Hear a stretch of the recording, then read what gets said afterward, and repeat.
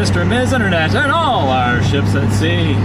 It's time once again for the Freeway Forum, coming to you live and direct from the world-famous 405 Freeway in beautiful, sunny Southern California. My name is Atari. I'll be your host until this thing is over, until we get through traffic anyway. This is a show that is driven by the viewers, so if you have a comment, if you want to chime in, please drop a comment in the doobly-doo. And maybe if I have a moment where I cannot be distracted, I will read it on the air. So things happening out of the happiest place on earth. Disneyland, Disney Parks, Disney World Resort. They have announced that they are planning to remove the wench auction from Pirates of the Caribbean. Oh, Steve jumped in and said Club 33. I am totally freaking I am jealous of anybody who has been able to get into Club 33 so far. I know people who are in Club 33, but I have not asked for entry into Club 33. So yeah, so there you go, Steve. Way to go and brag. Anyway, so Pirates of the Caribbean. Yeah, so Disney has announced that they are removing the wenches, the wench auction, from the fabled ride. One of the latest in a string of revisions to come to the ride. Of course, we're all familiar with the fact that they added the Jack Sparrow character and changed the storyline of the ride to more reflect the movies, or at least to shoehorn in the movies. But yeah, I see that as more of more superficial. It almost seemed a little forced, but I'm not so upset about that. But there's been a lot of talk. There's been a lot of debate, a lot of sound and fury about the wench auction in Pirates of the Caribbean. So it's more of a move to be more family friendly, and children don't have to children not being exposed to such things as human trafficking and slave auctions. But hello, Mandy. Hello, thank you for joining us. Jump in and say hello. So yeah, there's something to be said about these, the depiction of this auction, but I don't know. Like, the conservative in me says this is a lot of sound and fury signifying nothing. Because I feel like everybody kind of understands that this is a fantasy world, and the wench auction is definitely part of that fantasy of the pirate world, and it's very tongue-in-cheek. Most everything in that ride is a little tongue-in-cheek, or very tongue-in-cheek. I mean, the depictions of violence, the depictions of this, that, who cares? Everybody knows it's a cartoon. This to me is like taking the Looney Tunes cartoons off the air because it's unfit for children to watch, because children might get the idea to drop an anvil on another child's head. This is where proper parenting comes into play. Yes, I'm starting to sound a little bit, I'm sounding like a little bit old man conservative. But this is one of those situations where I'm like, I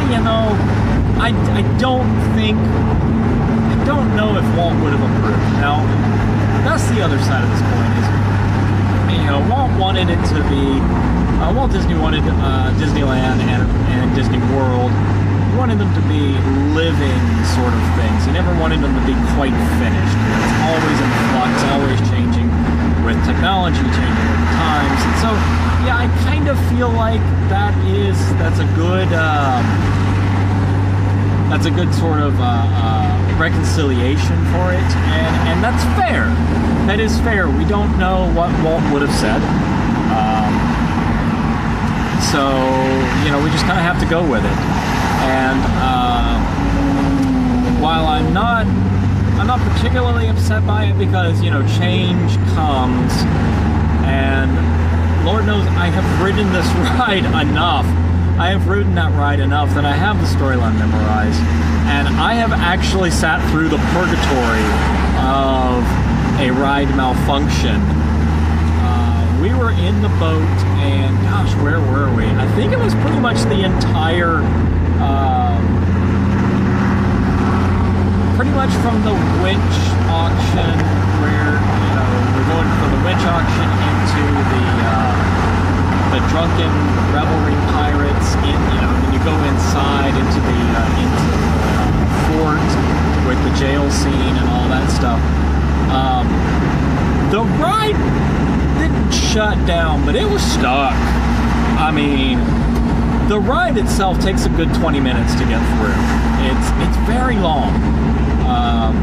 It does take a good 20 minutes to get through the whole show. But I mean, we were on this thing for, I'd say, an hour at least, probably closer to an hour and a half. I mean, it was terrible. The only thing that could have been worse would be, you know, being stuck on Small World for that one, which I've been stuck on Small World too. Gosh, that is hell right there. If you want a definition of hell, a definition of perdition, if you will, it is being stuck on Small World. Oh my God, with the music going.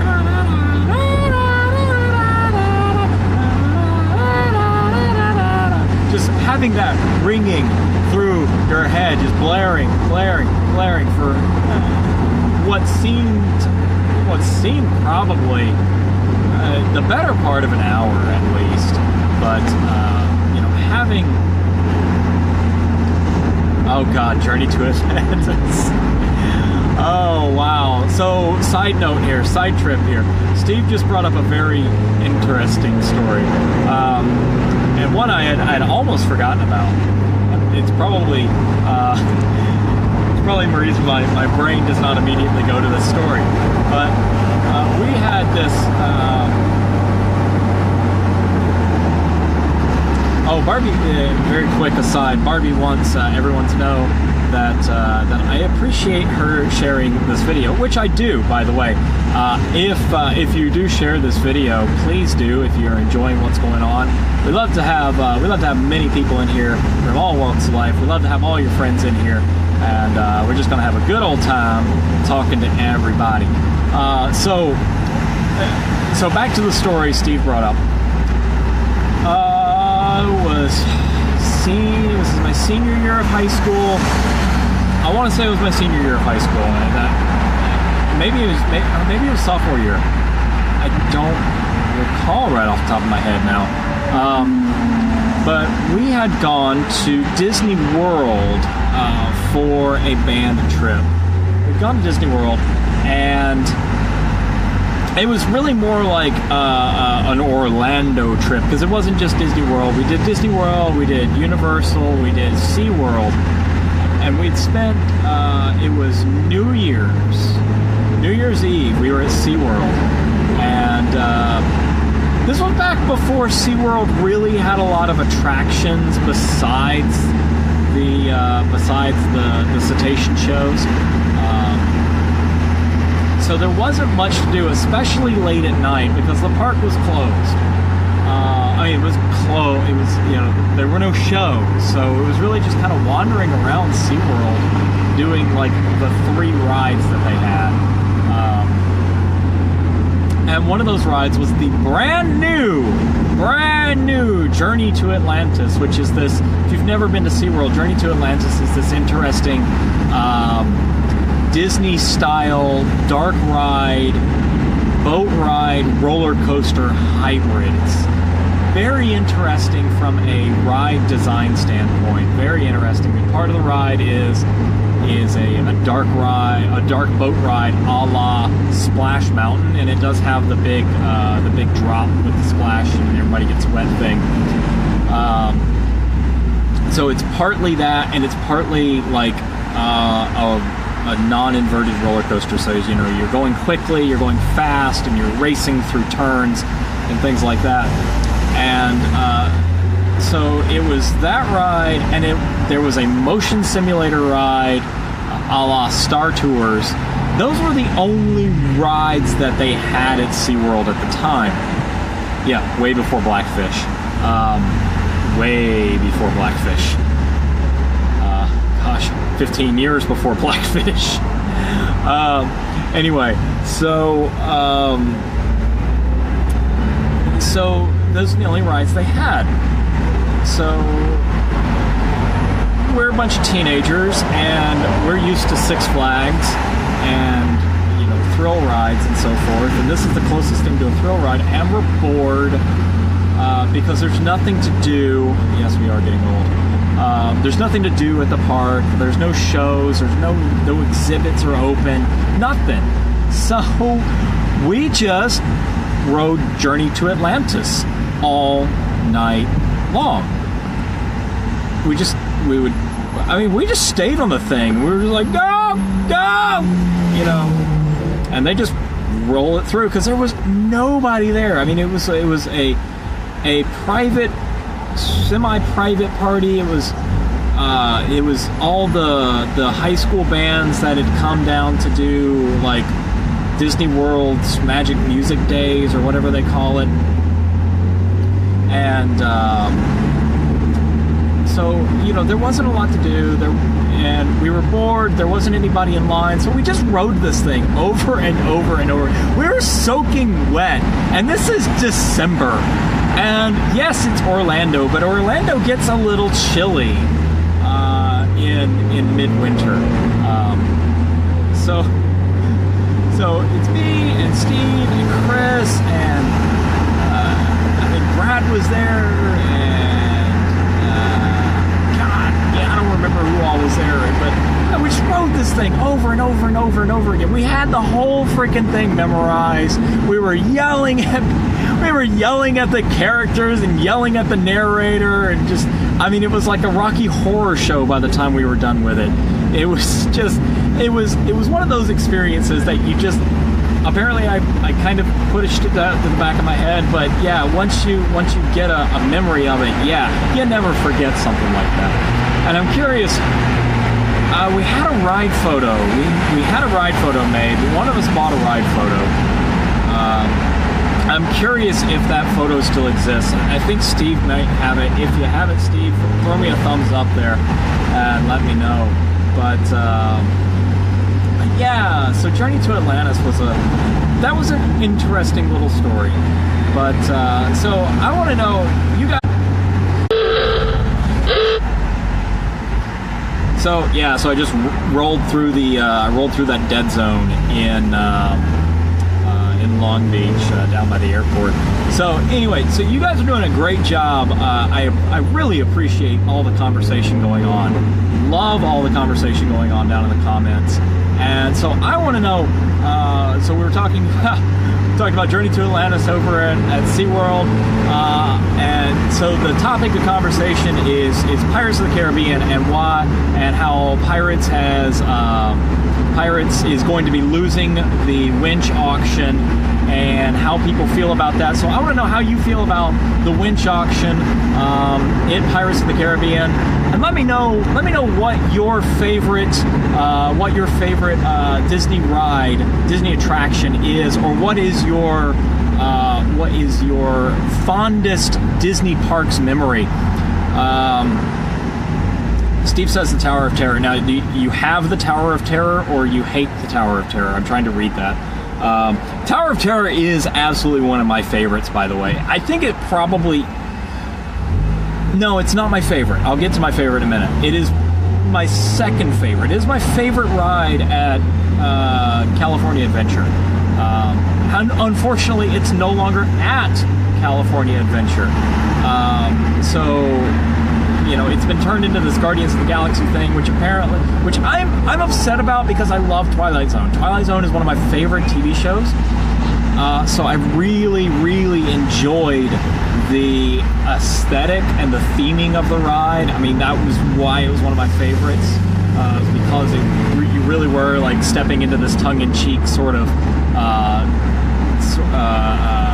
embodiment or realization of the Twilight Zone, and I enjoyed that. And I love everything that went into that ride, especially the briefing video with Rod Serling and the very clever editing there. They pulled a video of him from an actual episode. It was the It's a Good Life episode, actually, by the way, with the It's a good life. It's a good life. Don't think any bad thoughts. Don't think any bad thoughts. Wish it to the cornfield. Wish it to the cornfield.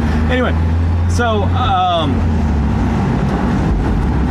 Tower of Terror, definitely one of my favorite rides. Definitely one of my favorite rides. It's oh yeah, the photo of Tower of Terror. That's fantastic. So Tower of Terror, definitely one of my favorite rides. I'm sad they got rid of it. However, the new Guardians of the Galaxy retheming is supposed to be really spectacular, and so I'll be curious to do that when we get back to DCA at some point. Now, Tower of Terror at Disney World, I've not been able to ride yet. I understand that one is much better than the California version, so I am very curious, very curious to ride Tower of Terror at Disney World or Disney Hollywood Studios, I think it's called. It used to be MGM Studios. It was MGM Studios when we went. That's how long ago it was. So anyway, they're talking about Disney, talking about Cars Land. Yeah, I was actually at fun story. I was actually at the grand reopening, the rededication of DCA, and yes, Josh, bring the children, and we will go to the Disneyland Resort. Now, it is smaller than Disney World, I'll warn you, but we have Disney California Adventure, and that's a fun place. Anyway, so Cars Land, Disney California Adventure. Yeah, I was there opening day. We stayed up all night. We stayed out all night waiting for the park to open, and we were one of the very first people, one of the very first riders on the new Radiator Springs Racers ride. And, it's a lot of fun. I really enjoyed Radiator Springs Racers. It was a breath of fresh air after all the problems that Test Track has had.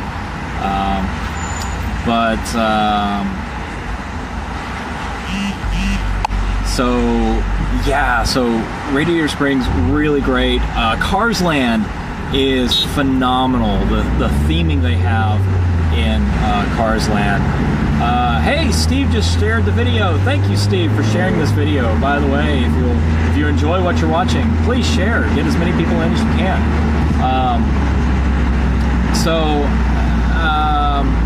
Yeah, Cars Land is fantastic.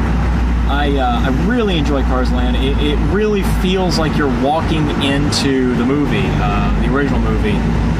Maybe Cars 3, we don't know. We won't know. But definitely not Cars 2, because Cars 2 was, yeah. But maybe Cars 3 will redeem the franchise. I hope. It looks like it's going to be a good redemption movie. Alan saying he does the Run Disney events. Really cool. So you get to run like backstage and all that fun stuff. That's really fun. That's a cool thing to do. I'm not much of a runner. I've done a 5K. I'll do a 5K. But I'm just not a big runner. I don't enjoy running very much. I do it because I feel like I have to do it. But hey, to each his own. You know, if you're enjoying doing the runs, enjoy doing those runs. So you've seen Cars 3, and it's so much better than Cars. Well, you know, I think a swift kick in the face might be better than Cars 2, but I'm not the judge of that. But anyway, so my favorite rides. We're finally going to talk about my favorite rides now. Absolutely, hands down, number one favorite ride at Disney is Space Mountain, baby. Gotta love Space Mountain. And oh my God! Well, I'm a roller coaster nut. I'm already a roller coaster nut. Space Mountain is a fantastic roller coaster. There's not much to it design-wise. It's It's got some bunny hops. It's got a lot of curves, lots and lots and lots of curves. But it's a great ride. It's a lot of fun. And the dimensional stuff they're doing, you know, when you've got it in a darkened room, you've got the stars projected on there, and you've got the music. Everything just kind of comes together and makes it this experience that you don't get in a lot of roller coasters. And I really love that about Space Mountain. And then, of course, during Halloween, they turned it into Ghost Galaxy. And if you don't know about that, go over to airbornesurfer.com and search Ghost Galaxy, and you'll see what I'm talking about. It is absolutely fantastic. It's a lot of fun. It's a big thrill, and it's a neat change.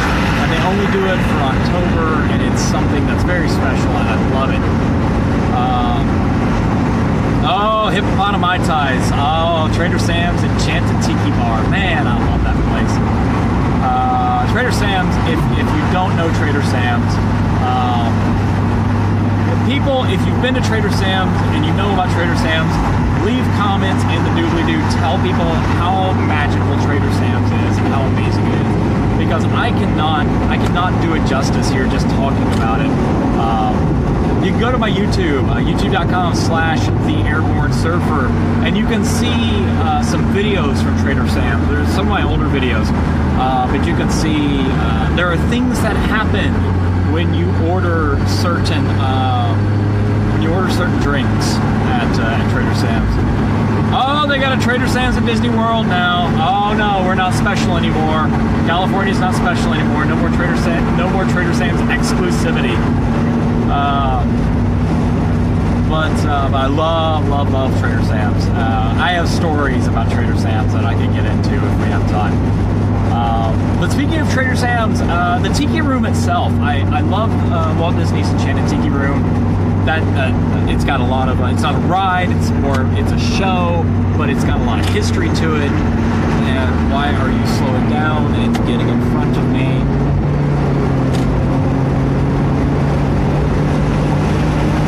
Not even looking at the road. That's amazing. Anyway, so Trader Sam's, the Enchanted Tiki Room at Walt Disneyland, Disney World, Disneyland, Adventureland, sorry, all over the map here. It's a great little show, and I love it that it's full of history. It's the original. It is the proof of concept prototype for the audio animatronics that just became everything. It was a paradigm shift in attractions. So it's a wonderful, magical thing, and I do enjoy the Enchanted Tiki Room so much. And of course, right next door to the Enchanted Tiki Room is Indiana Jones and the Temple of the Forbidden Eye. Welcome, my friends, to the Temple of the Forbidden Eye. I am Sala. I'll be your guide on this. And I love every freaking thing about that ride. It is awesome. Love that ride. I get off that ride. I'm like getting goosebumps just thinking about it. I'm always on a freaking high when I get off that ride. I'm like, da da da, da da da. And I'm like, I'm Indiana Jones, and I want to put my fedora and my leather jacket on and start throwing my bullwhip around Disneyland. It's oh man. So yeah, so I love, and I mean, I'm a huge fan of Indiana Jones in the first place, and they were actually talking about getting rid of that ride for a while because of the licensing that Disney had to pay to LucasArts. But guess what? They own it now. No more licensing. Da da da da da da da da da. Da, da, da, da, da. Anyway, so the new Avatar Land in Animal Kingdom is apparently really awesome. So I've not been to Disney World, and I have not been to Animal Kingdom specifically, either one of them, since high school. So, you know, back then Animal Kingdom had like 2 rides. We were over there. They had 2 rides. There was the safari, and there was the dinosaur ride, which, fun fact, the Indiana Jones ride and the dinosaur ride are the exact same ride. They're the exact same track layout. Exact same track layout, exact same vehicles. It's just one is themed Indiana Jones and one is themed dinosaurs.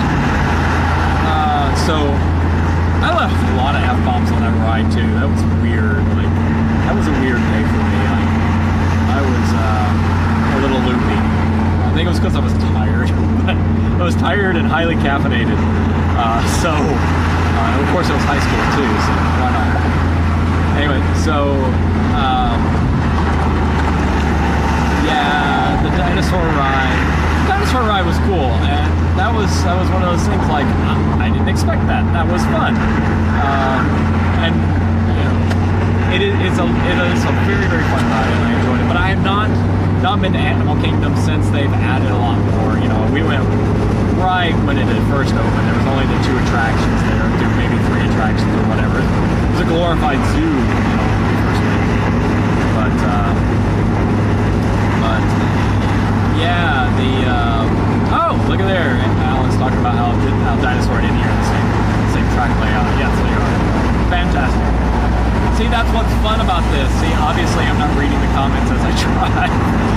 But, so keep the conversation going. Keep it going down in the comments below. I gotta go because I'm getting off the freeway now.